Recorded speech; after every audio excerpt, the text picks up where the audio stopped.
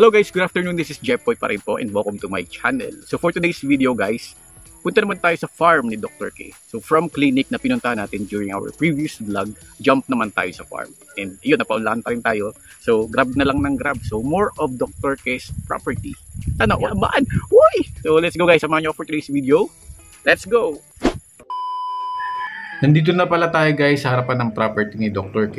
Yung way na pinakita ko kanina, pupunta yun ng Biga proper. And then, ito naman nakabilang way or opposite way, papasok yan papuntang Buyo. And then, yung meron namang arrow na red, yan yung shortcut papuntang Kalatagan. So, nandito tayo sa labasin, papasok tayo dito and magtutur tayo dito sa loob. So, balik na pagbigyan ulit tayo ni Dr. K na makapunta sa kanyang property. Dito nga sa farm, located pala to sa Bigaa.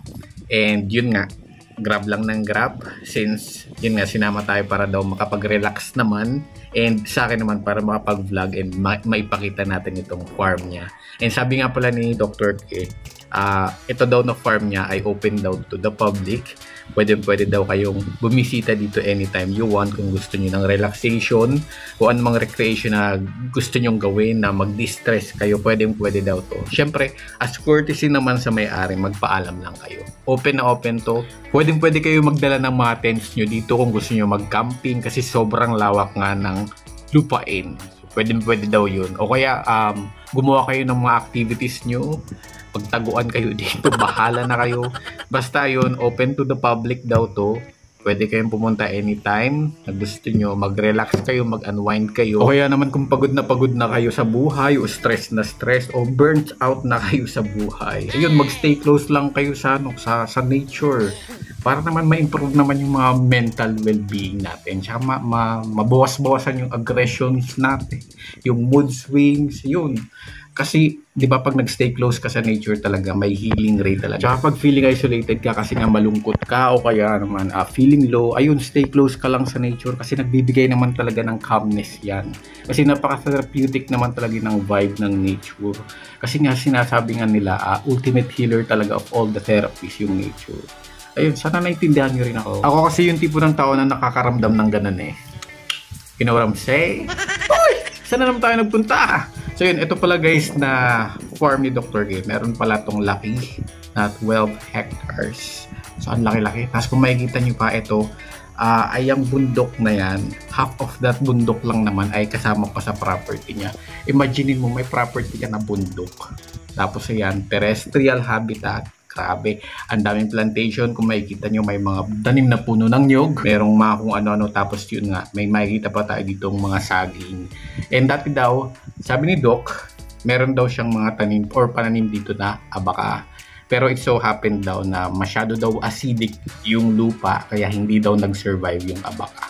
Acidic yung lupa in a way na hindi kinaya ng abaka plants yung acidity nito, kaya hindi sila nagsipagbuhayan. Imagine 6,000 pieces ng abaka plant pero walang nabuhay. Ewan ko, baka meron pa namang iba pero mostly daw nagkandamatayan. So ayun na nangyari, kaya makikita na lang natin dito sa farm ay yung parang kapatid nito na puno ng saging. And kung hindi mo rin pala talaga alam kung paano i-distinguish yung dalawa, ay malilito ka talaga. Kasi kahit naman ako noon, ang akala ko sa abaka plants ay saging talaga. Pero kung makikita nyo talaga, if you are going to look closely at it, uy! Ano ba tayo? So yun, pag tinignan nyo siya ng maigi, very alike sila pero may pagkakaiba din. Pag nakita nyo yung stalk nila, tulad nito, daw ng saging, mas broader at rounded yung ends niya. Samantalang pag abaka naman, mas maliit, mas narrow yung dahon, tsaka pointed yung ends niya. And ngayon pala guys, nandito na tayo sa taas nung bahay na tinutuluyan ni Dr. kapag nandito siya. So ito, mas makikita natin yung yung lawak ng kanyang lupain. Tapos ang dami mo makikitang pananim, iba-ibang klaseng pananim. Yun nga, mga puno ng nyog, iba-ibang klase ng puno ng mga prutas.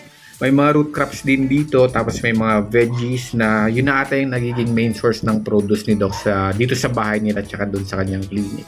Tapos yun nga, meron pa ako nakita ditong rice field. So buhay na buhay ka talaga dito guys kung sobrang masipag ka lang talaga, lalo sa pagtatanim. Hindi ka mamamatay ng gutom dito. Isipin mo may source of food ka na, tapos pwede mo rin yun gawing pera. Pwede mong ibenta yung mga harvest mo kung posible. And yun nga, buti at sobrang mababait at ang sisipag din talaga ng mga tagapangalaga dito ni Doc sa kanyang farm. Kaya alive na alive talaga yung farm niya. At kung makikita nyo naman, sobrang ganda. And pag nakita nyo to guys in person, sobrang lawak talaga nito. So mula pa lang dun sa gate na pinasukan natin, tapos papasok kayo dito sa loob, hihingalin talaga kayo ng kakalakad sa lawak nito. And after pala namin dito guys, maglilibot-libot pa kami. Kaya more lakads to come talaga ang gagawin namin. So, kumusta naman kaya magiging rayuma ko nito after? Hindi, joke lang, wala akong rayuma. Wala pa. So, ito na nga guys, pababa na kami dito sa bahay. And pupunta pa kami dun sa isa pang bahay na lagi nilang pinupuntahan pag nandito sila. Dun sila nagre-recreate, dun sila naglalaro-laro ng baraha. And usually dun daw talaga sila nag-i-stay kasi mas mahangin talaga naman dun. And sobrang nakaka-relax. Sobrang ang presko-presko lang ng hangin dun. And yun pala, hindi lang pala talaga mga pananimang nandito. Kung makikita nyo yung hut na yan, may mga dyan, may mga baboy-baboy, may mga big dyan. And yung kanina nga na nakita natin nung papasok pa lang tayo dito sa farm, hindi, nakapasok na pala tayo pero papasok tayo dito sa loob. Yung baka, ayun. Tapos meron pang mga kalabaw dito. Tapos mga manok, mga aso. Tapos yung bundok pala na sinabi ko kanina, yung sa kabila nun, or sa kabila ng bundok na yun, may mga species na ng dinosaur na inaalagaan pa lang, pinapalaki. Joke lang, walang dinosaur dito. And nandito pala tayo guys sa pinagawa ni Doc na parang plaza. Dating bundok daw to. Pero pinatabtaban niya, tama ba? Pinapatag niya para gawin niyang ganito, na parang plaza na pahingahan din, na kung halimbawa may mga event sa pamilya na pwedeng gawin yun. O kaya yun nga, dahil nga nag-encourage si Doc na sa mga tao, sa publiko na pwede kayo pumunta dito. At least meron kayong lugar kung saan magtatayuan ng mga tent, ganyan, o kaya mga tolda kung may mga happenings kayo dito. So ayan, naka-ready na yung inyong pwesto. So ayan, dating bundok tapos pinatag tapos ginawa ng ganyan. So, pwede kayong gumawa ng mga nyo dito, mga activities or events nyo dito. O diba? Lahat na, binigay na lahat. So ayun, bababa na tayo guys. So ayun, kung makikita nyo talaga guys, yan pa yung parte ng lupa ni Dr. K. Ang lawak, napakalawak, sobrang lawak. And eto rin palang dinadaanan natin, kung mapapansin nyo, itong aisle ng mga nakasimento na to. Si Doc din pala ang gumawa niyan. Tama, si Doc nga daw ang gumawa niyan. Siya naghalo ng simento, siya nagsimento niyan. Hindi, joke lang. Hindi, syempre, si Doc ang nakaisip niyan. Siya nang nagmando and meron siyang pinapagawa. Ayun. Siya na nag-design ng mga dito. Ayan. So, kaya kung pupunta kayo dito at isipin nyo na farm to and then pagpunta nyo ay maputik, hindi naman, kasi yung dadaanan nyo naman or yung pathway nakasimento siya. So ito, pababa na tayo dito and more lakad ulit. Mga ilang metro pa ang layo papunta doon sa sa parang kubo din, hindi, bahay na na pupuntahan natin. Doon tayo magre-relax, katabi lang ng ilog. And ayan, kung makikita nyo, ang dami pa rin plantation, may may guava. Wow, guava yard. Tapos yan, ang dami nga prutas dito. Hindi ka talaga dito magugutom kung titira ka dito, kasi ang daming source of food talaga dito. Kung mapapansin nyo, din na mamaos na rin ako kasi kanina pa ako daldal naman. So magmasid-masid na lang muna kayo guys. Enjoy nyo yung view ng farm ni Dr. K. So magpa-background music muna tayo.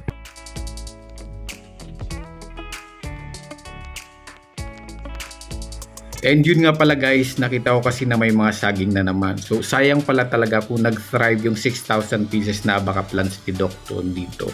Kasi madami talagang economic use yung abaka eh.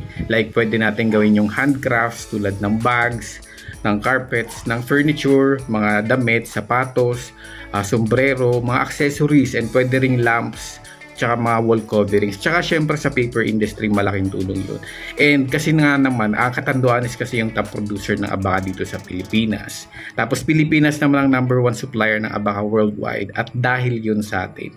Kaya nga Catanduanes yung dineclare na abaka capital ng Pilipinas. So yun, ang layo na naman ang narating natin. So from farm to Catanduanes to Pilipinas to worldwide. So balik tayo dito sa farm. Dito ulit tayo. So ngayon guys, nandito na tayo sa mini golf course ni Doc. So ito, makikita nyo mini golf course niya. Nakalimutan ko na kung ilang square meters yung etong area lang na to. So ayan, lawns. kung mapapansin nyo or kung matatandaan nyo, gustong gusto ko talaga yung mga gantong lawns, yung green, kasi napaka-relaxing talaga sa mata. Ang sarap-sarap niya sa mata. So pupunta pa ako dito sa may unahan para makita natin yung kalupaan pa ni Dr. K. Ayan. Ang lawak, no? Sobrang lawak.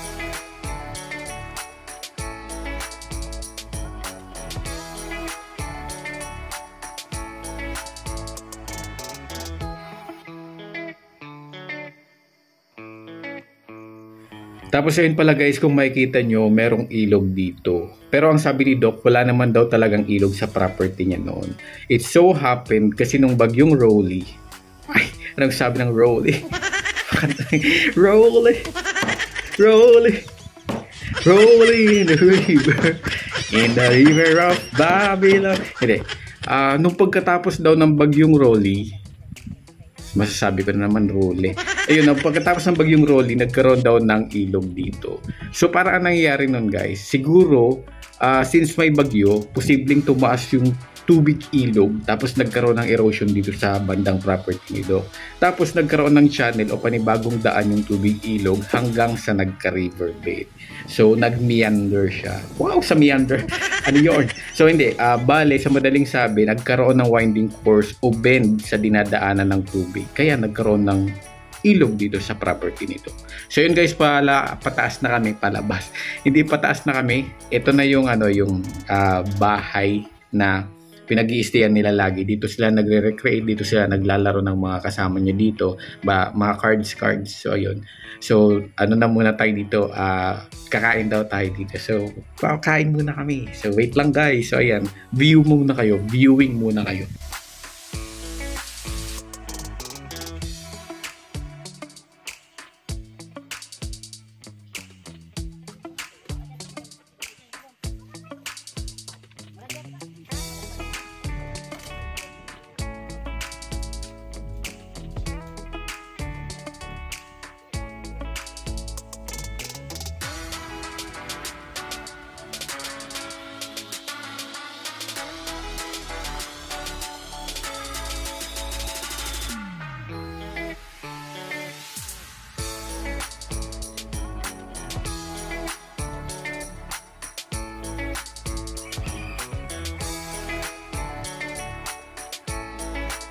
So yun guys, natapos na rin tayong kumain. Salamat Doc sa pakain and din sa mga kasamahan niya pala dito na nag-prepare pa. Salamat sa pamerienda. And now pala punta tayo ng likod para tingnan natin yung ilog. And makikita natin kung gaano naman talaga kalinaw ng ilog dito. And ayaw mo doon, meron ka ng farm na may terrestrial habitat tapos meron ka pang aquatic habitat, diba?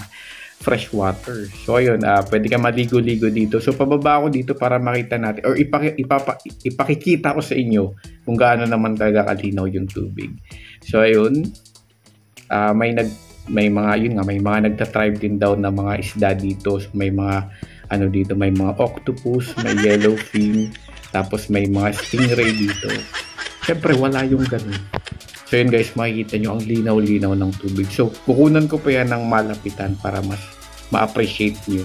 And yun nga guys, kung pupunta kayo dito, pwede na rin kayo mag-swimming kasi hindi lang yung walking, so swimming din. So ito yung ilog.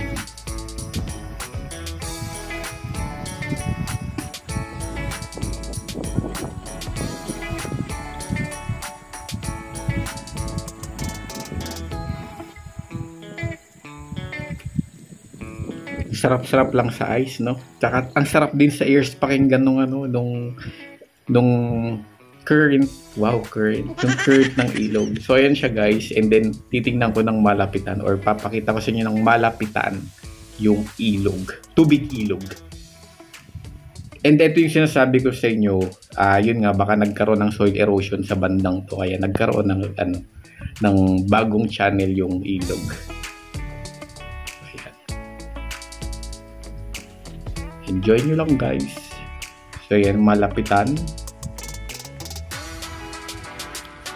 So tingnan nyo naman guys, kung makikita nyo yung ilog, sobrang linaw. And kung mapapansin nyo, lumusong na yung bata pero hindi lumabo yung tubig. Basta, ang linaw niya. May parte pala dito guys na malalim sa bandang gitna niyan, kaya pwede kayo mag-swimming. Indulge, refresh. Uy! So punta kayo dito guys kasi sabi nga naman ni Doc, open na open daw itong farm niya sa mga visitors na gustong mag-relax. So open it to the public. And pwede kayong pumunta dito, walang bayad. So hanggang dito na lang guys pala yung video ko. Thank you so much for watching and thank you so much Doc pala for inviting. And don't forget to like, share, and subscribe. Bye-bye!